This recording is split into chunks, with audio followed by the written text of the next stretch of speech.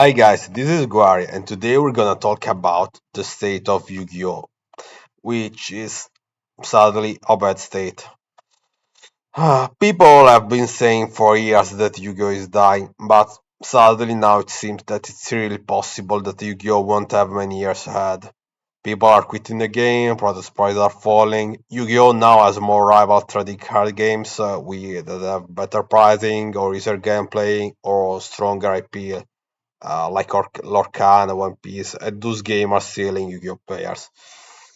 So I have to say this personally, to me, Yu-Gi-Oh started dying back in 2014 when Duelist Online and Swords released the set with Barding Abyss, Shadows, Stellar Knight.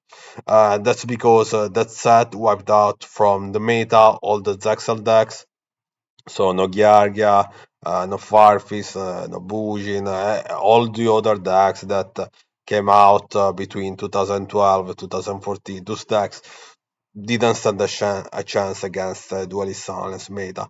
And so at the time, I saw start lots of people were quitting. Basically, I see that's when I noticed people quitting the game. And that started with the minor cities. Like I will see minor cities stopping carrying Yu-Gi-Oh because of players quitting a game, and Yu-Gi-Oh seemed to do well only in big cities, especially because the players from the minor cities where Yu-Gi-Oh was stopped had to find a new place where to play the game, and so they went to big cities. And Yu-Gi-Oh did well also at the big events, but big events don't catch the full image of the health of a game because it's true that YCS and other big events have been doing good, have been doing great, but that's the higher level of event. That's the state for competitive players, not for casual players. And a lot of players in trading card games are just casual players who are just happy to play at local, so they don't necessarily want to travel to a big event. And I think, like someone said, I think it was Mark Rosewater from Magic the Gathering.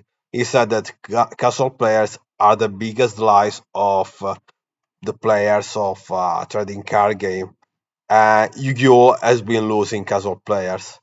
It's doing has been doing fine with competitive players until a while, but it's been losing casual players, like especially because now there's no anime to attract people. And like at least in Italy, I remember that until 2014, 2013, 2014, there were lots of kids buying packs at the kiosk. Parents would buy Yu-Gi-Oh packs for their children. I would see children out of schools still trading cards. But after the anime stopped airing in Italy, all of that was gone. Yu-Gi-Oh wasn't a game for children anymore because not because it got complex, but because there was no anime. So there was no way for new people to know that Yu-Gi-Oh exists, and so a lot of casual players and like anime is the breeding ground for casual players. Everyone started with the anime, I think. Also, most people started with the anime. At least those of our generation, from like that are born in the 90s or in the early 2000s. We started playing Yu-Gi-Oh because we watched the anime, but that's not the case anymore because there's no anime anymore, at least in the West, the TCC. So no more casual players, only competitive players. So Yu-Gi-Oh has been dying for a lot of years, in my opinion. It's just now that the gangrene reached also the vital organs, and symptoms of its decline can be ignored anymore. I'm not gonna focus on the number showcasing Yu-Gi-Oh declines because other YouTubers did that, so there's no point doing so for me. But I'm gonna analyze why Yu-Gi-Oh is dying and what is the possible future for Yu-Gi-Oh. So Yu-Gi-Oh has been Yu-Gi-Oh has been saying players quitting the game for the following reason basically. The game is too complex for the average person. Not only it's hard to master, but there is also a huge barrier entry that makes Yu-Gi-Oh inaccessible for new player. And the barrier entry is not only the cost of the game, but it's especially the fact that it's too complex. It's just to start, like it's to learn just to play a game you have to watch a YouTube video to see how your deck works and how other people decks works because like you need to know when to drop the end traps to interrupt opponent's combo. So that it's a lot of stuff before you have to study before you can play a game. While before we in modern in retro Yu-Gi-Oh you will be able to learn while playing, and this is not possible in modern Yu-Gi-Oh due to its complexity. Like I said, there's also another anime that's bringing new blood in the player base. In this era of trading card games, IP is the keyword. All the TTC that are doing good have a strong IP. IP is intellectual property, so and basically it means having a brand. One Piece, Lorcana, even Magic starting doing lots of collabs with different not not Magic, but One Piece and Arcana have their own IP. But like Magic started doing lots of collabs with different IPs because the collectioning part of a DCC is now more important than ever, especially when giving value to a product. Like people don't buy packs just because they want to build their decks and for the joy of opening packs. Like they want more than ever to make a return on it, especially since now it's possible. So now companies have to cater to the collection inside of the game, and so that's why Magic now jumped on the wagon of partnering with different IPs. It's just to give value to the product. And yeah, without an anime, Yu-Gi-Oh isn't a franchise. It's just a trading card game. So there's less interest in the collection inside, and so product value is mostly determined by its competitive value. Unlike for Pokemon, where you like in Pokemon, decks are usually cheap, and what's expensive is the collectioning stuff. While for Yu-Gi-Oh, like collectioning stuff is also expensive in Yu-Gi-Oh, with the new rarities, but the bullshit of the value of a product is determined by the competitiveness of it. Yu-Gi-Oh players are competitive, aren't casual. Like I think, just if you think, during the GX era, many sets weren't that great. This is as a discourse that I treated before. Like during the GX era, the power level of the set decreased, but they would still sell, especially because there was the anime that was carrying the game. Like so, people would buy packs to open the Elemental Hero Fusions and the Crystal Beast, all the stuff from the anime. So the game was doing great. Those sets were selling, even if they didn't have many competitive cards, but they were selling because they're basically anime products. They were selling because of the collectioning side. As also now also building a decks cost too much given the lifespan of it and the prize you can win at Yu-Gi-Oh tournaments which aren't great. So what's the point of building a deck that on the last match it's gonna cost a lot and I'm not gonna even win good pricing at Yu-Gi-Oh tournaments? And this is worse also by the fact that now it takes so much to learn a deck and also to master it. So unless you are a genius or someone with lots of free time of his hand, it's really possible that before that your deck will be outdated before you master it. Uh, yeah, that's a big turn off. Also, like I said, there are a lot of the other trading card games with better pricing and return on investment. And also, your retro formats are cheaper. So why playing Yu-Gi-Oh! Modern Yu-Gi-Oh! When you could play Yu-Gi-Oh! Retro formats, which are cheaper? That I think, yeah, in a certain point, Yu-Gi-Oh! Retro formats are contributing to the game's decline because they're stealing players from modern. I actually saw it. So I also see why Konami is retreating from supporting retro formats because it's not doing great thing for the business. It's cannibalizing itself, and but that's it, guys. It's the problem with modern Yu-Gi-Oh, not with retro format. Uh, it's okay that Konami is retreating like it's a company, has to think about itself, about saving the company, it's about making it profitable. But they can't blame retro formats. They weren't good at managing the game, honestly. Anyway, now let's go to the big stuff. Digital Yu-Gi-Oh is Yu-Gi-Oh future. Yeah, guys, this is what I think. Why I think this? It goes. It costs less to play. Game is cheaper to play both on Duel Links and Master Duel, especially the latter one because like Duel Links is a bit gacha. For why I have to say that I prefer Duel Links over Master Duel, just because I think Duel Links gameplay is better. But I reach this later. You don't have to travel to play the game or join tournaments, like you can play them online, and that's a big thing. And this is especially because I think digital play fits better what Yu-Gi-Oh has become. Like Yu-Gi-Oh now is more like an ability game rather than a card game.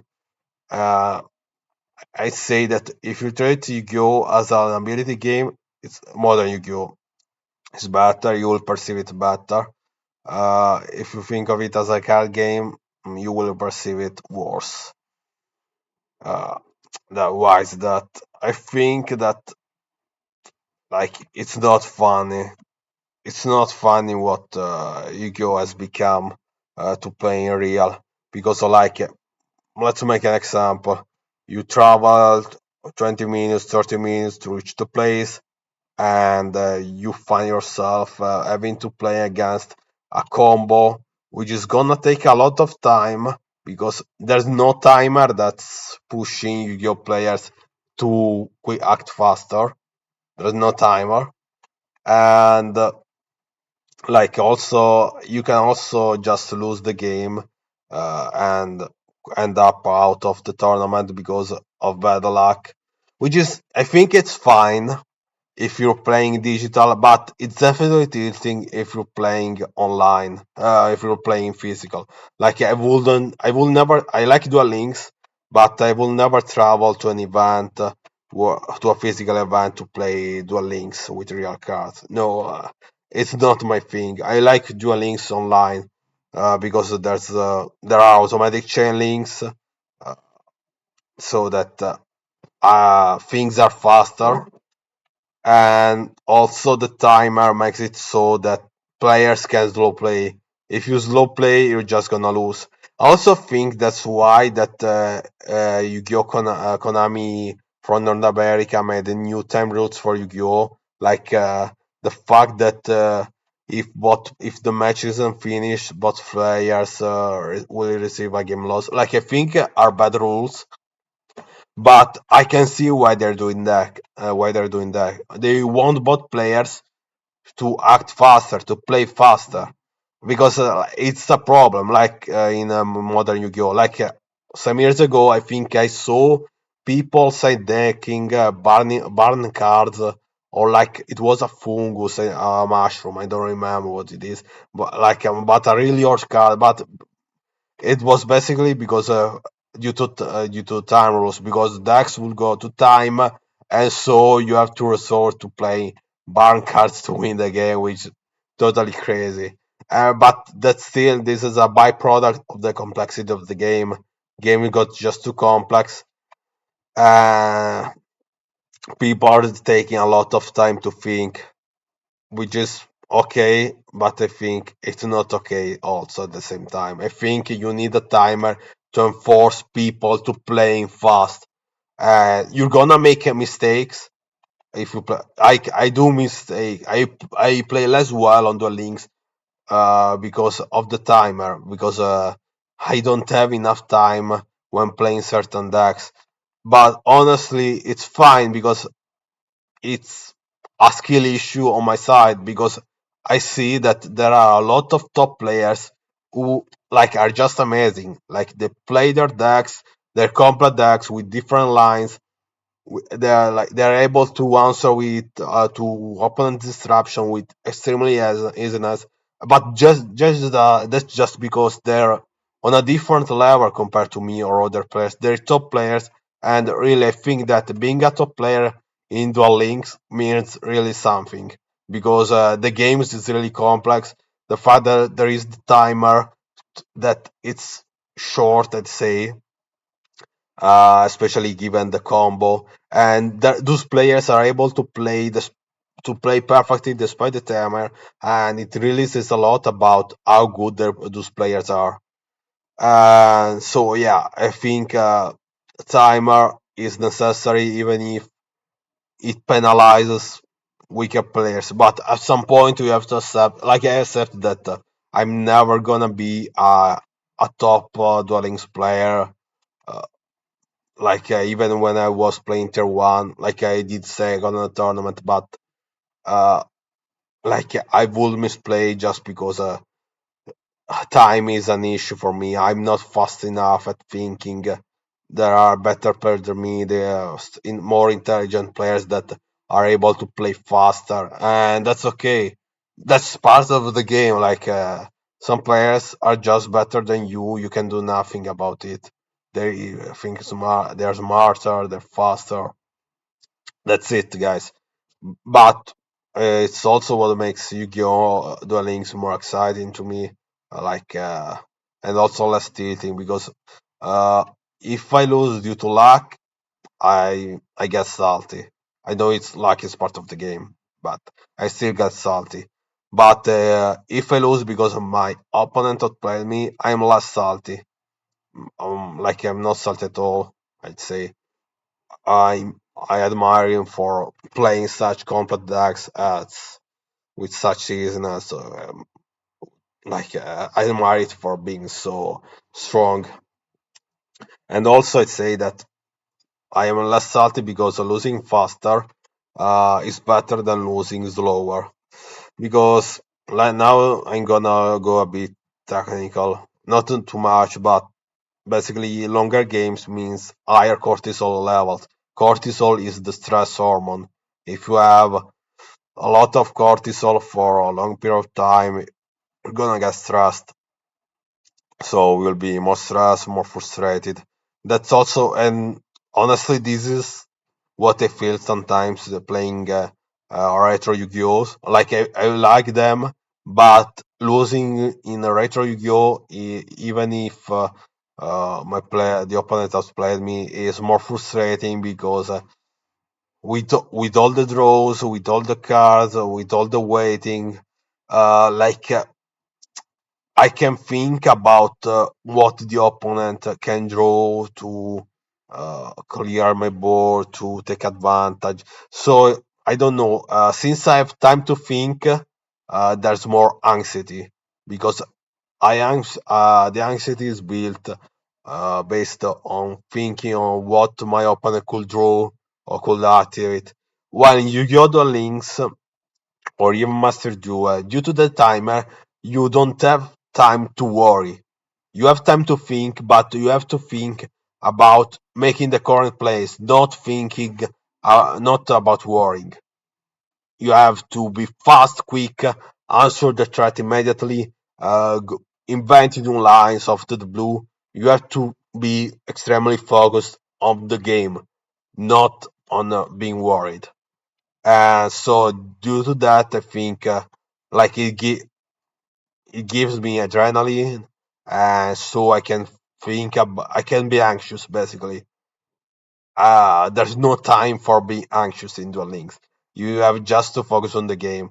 And so, since the adrenaline is stronger than cortisol and the games are slower, not as slower, as short, so there's no time for cortisol to build.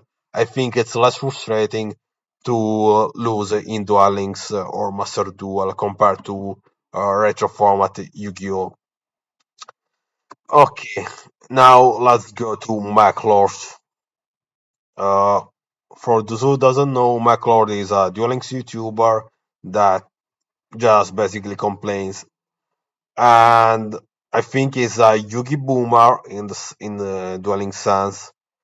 And now he's made a video. I'm done with the links. Like his complaints are always the same. That Duel Links is not what it was once. That the skills are too strong. But honestly, like I started to play Duel Links in 2018, but in the same year I quit and I started playing retro formats. And I came back to Duel Links last year in November 2024 because I want to play it again. And like modern Duel Links is much better than older Duel Links, and skills, despite what everyone says, are the reason for it. Like I really like skills. Let's go to this slide. And now I'm gonna explain why skills are the greatest Yu-Gi-Oh invention. Okay, skills are often demonized in the Duel Links community because people say that X decks are competitive just because of skills, and the rock decks can't compete with them. And that's true. Your road decks can compete with the tier one of the moments, but that's the case for every card games. In every card games, to play against the tier one, you need a tier one or tier two at most. You can play your pet deck and up to win. But people in Duel Links think so, and so they get angry when they can't win with their pet decks, and they end up blaming the skill rather than blaming their decks. I feel like skills there is a sort of scapegoat. They're gonna say, "Oh, you're gonna win just because of the skill," but that's honestly really untrue. Like, now, why I think they're good? They're great. Uh, Also, why I think that those people are wrong. Like also back in the time 2010, there were tier one decks, and those decks were tier one without skills. They were strong because of the power level of the cards alone. So even if there weren't skills, Konami would just release stronger power card, and your decks wouldn't be able to deal with them. And now you will complain about Konami power creeping everything. Like the fact is not that you don't like skills, you don't like the power creep of the game because you don't want to learn a new deck, you don't want to invest money, time, games in building a new deck. You're not able to get skill because like you can still play with your rock decks. I saw many rock players doing pretty well in Duel Links, but since the game is so complex now, well, some players just can't do it because they're not skilled enough. They're not good enough to do well with the rock decks in Duel Links. That's just a skill issue. Yeah, it's toxic to say, but that's the case for Duel Links. In Duel Links, skills matters a lot compared to other card games. Okay, yeah. Many may dislike the levels of complexity that current Yu-Gi-Oh reached, but it's also what makes it a different from other games, in my opinion. And but and this is why skills are great because like they make Yu-Gi-Oh more accessible to new players while still maintaining modern Yu-Gi-Oh deep complexity. Because in Duel Links there are decks like let me go here a moment. Let's see let's let me give you an example. Oh yeah, this is the updated tier list. Like some months ago, they released the Utopia deck, and this deck is totally brainless. Like you just have to do the same combo every time, which isn't really difficult, and it's really easy to play. Sometimes before it was released as tier 2, now it's been demoted. But it was a strong deck that it was cheap to play and easy to build. It was cheap to build and easy to play, sorry. And that's great because it would allow new players to be part of the game because it wasn't complex to play but still powerful. But it wasn't the top deck. Like the top deck was Shadow and it's still Shadow, I guess.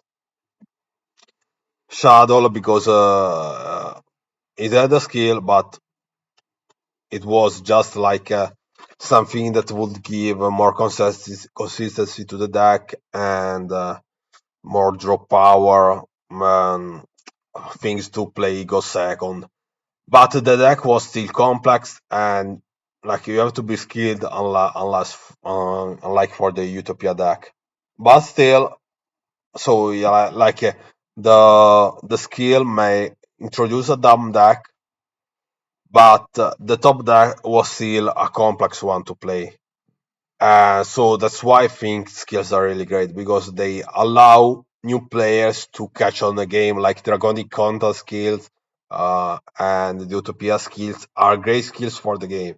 Because, like, when I started playing Dual Leagues back, I started my first tier 1 deck was the Hero deck with Dragonic Content, and that's because it was easy deck to play, easy deck to build. It kept me in the game. Like probably if I didn't build hero with dragonic content, I would have quitted because I like jumping immediately into a top deck with this is with complex combo lines isn't just doable for any newcomers. So you need this deck with these dump decks with that with the skill that played for them. That's they're even that easy to play. Say like it's not like they're not totally brain dead.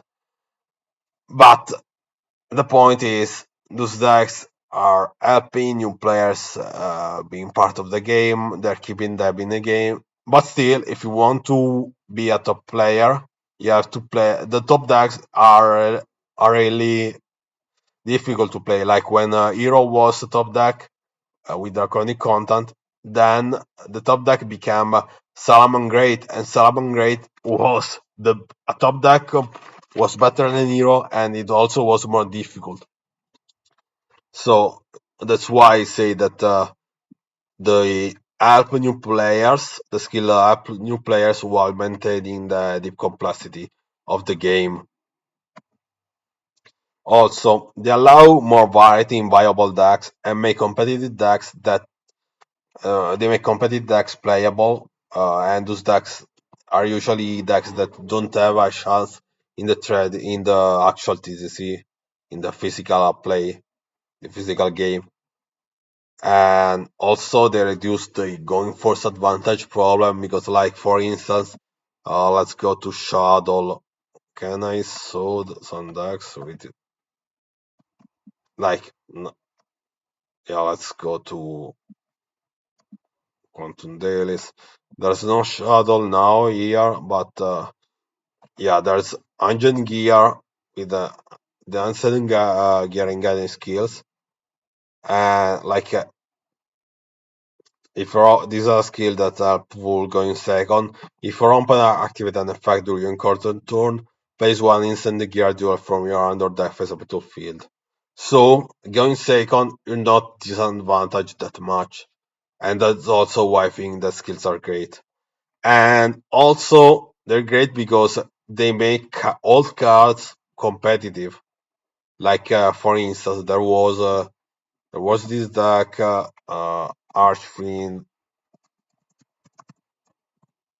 I mean, yeah, the Archfiend Dragon deck. Like there are cards here. This was a tier one deck some months ago, and it's still a good deck. Uh, this deck was made competitive because of a new card and also because of the skill. Also, you can see that here that's a going second skill too. If you control Nova or only your opponent control a monster, set one Fiendish Chain from your hand deck. So this skill is another skill that helps you go in second, and that's really great. But anyway, coming back to the point, these cards are being released into. These are new cards, but this is from 2021. This is from 2019, 2020. No, not to go to the stable. This is from 2022. This is from 2023, and this is a top deck in it was a top deck in 2025, and it had many cards from all the years. So due to the skills, uh, you can have all the old cards that are still competitive because of a skill, and that makes your investment, your effort in Duel Links more fruitful because uh, you may be able to build a deck over time, a competitive deck over time, just because you being consistent and playing the game, and so we have a lot of cards from years ago. Uh, because of a skill now, those cards are part of a competitive deck, and so that's also why skills are great. Okay, now let's go to another big topic. Complexities was makes it a unique game. Many made it like I said, the levels of complexity that Yu-Gi-Oh reached, but I think it's also why it makes it different from other games, and it also makes it appealing.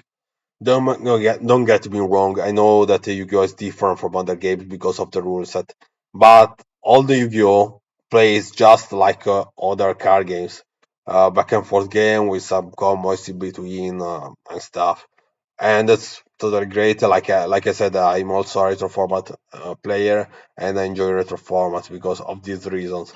But I'm playing Dual Links because I want this kind of complexity. I want complex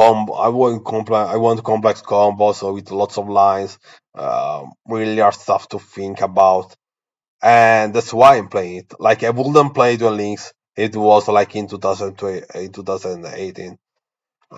Like the game was not appealing to me. Like I said before, I will just play retro format, and that's why I think that modern Yu-Gi-Oh isn't broken as a game. Like it's not a bad game. It's just different game that appeals to a different audience of players, like players who want to play really complex stuff. Like I don't define myself a competitive player, but like a semi-competitive one. Like I enjoy the complexity. I enjoy playing tournaments. I enjoy being competitive. But I also enjoy playing for chill and playing my casual decks. But Duel Links is still a great place for me. Still a great game for me to doing all of that. So that's why I think that Mekklord's complaint are void of value. Like man, just to go play retro formats. No one robbed you of all the Yu-Gi-Oh. Like I think it's really crazy to be complaining about Duel Links or Master Duel or Modern Yu-Gi-Oh when there are retro formats both online and physical. Like you want all the Yu-Gi-Oh, you can play that. There are lots of retro formats that will suit your taste. Why still complaining about Duel Links? What's the point of it? For it's clear that you don't like Yu-Gi-Oh! Duel Links anymore because it's not the simple game that it was once. It's now a different game that's more complex. It requires more effort, more skill. Uh, that's the way it is. If you don't like it, You can change. You can go play another card game, and if you want to play Yu-Gi-Oh and have a classic Yu-Gi-Oh, you can play it. Just play retro format for free or by paying and buying the stuff, which is anyway cheap in physical. So why can't playing Modern Yu-Gi-Oh isn't a board game. It's just another kind of game compared to classic Yu-Gi-Oh, but doesn't make it bad. Like, like now I'm gonna end the video. I know this is a bold statement, but and especially because Duel Links kinda lost a bit of ground. But I think that even if Duel Links isn't perfect as a game, it's a great game. And that solves many Yu-Gi-Oh problems. Like skills solve so many Yu-Gi-Oh problems that you don't have any idea. It solved the going second the going second problem. It solves the fact that cards lose value because they lose power, they power creep skills of that. So yeah, skills I think are great. Dual Links deserve more love, not hate. Dual Links, along with Master Duel, I think is the future for Yu-Gi-Oh! I think that's it. Just love it, just play it. Like do what I do, man. Yeah, I'm talking to Mekklord now. But you can still play the links, but you can also play retro format. That's what I do.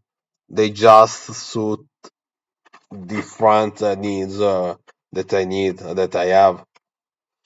Okay, guys, thanks for watching the video and see you to the next video. Leave a like or don't leave it, comment, please subscribe. And I know this video isn't catered to my usual audience, but I want to make it because yeah, I didn't like Mac for always complaining. Anyway, you guys, see ya. Bye. Ciao ciao. Wait, chiudiamo.